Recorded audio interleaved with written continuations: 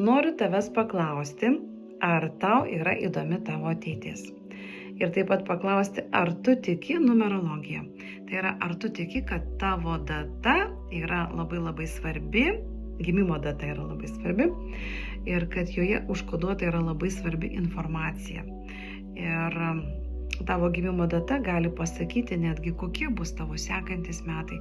Tavo gimimo data gali pasakyti apskritai, kas tavęs laukia gyvenime, ir koks yra tavo likimas, kokie tavo atsinešti talentai, kokios yra tavo sielos užduotis. Tai vat, jeigu tau įdomu, kokie tavo šitie metai dabar, kurie atėjo ir kas tenai, juose tenai, kokie tenai dabar dalykai tau yra svarbus, kad atneštų laimę, sėkmę, meilę, gausą, džiaugsmą, ten turtą, sveikatą ir panašiai. Ir ką daryti ir ko nedaryti, kad visą tai gauti, kad būtų tas gyvenimas laimingas.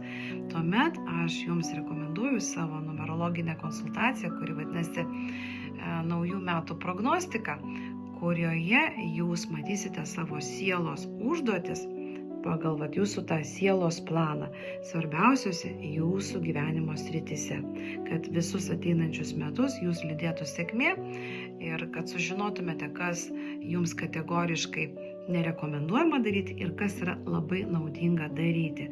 Ir galbūt kokie svarbus gyvenimo įvykiai jūsų laukia ir ypatingai jeigu jūs, pavyzdžiui, tenai jau žinote, kokie įvykiai jūsų laukia ir jūs nerimaujate dėl jų ir bijote dėl savo sprendimo ar pasirinkimo, tuomet irgi labai verta pasidaryti būtent numerologinę šitą prognostiką, visą išsamią kitų metų analizę.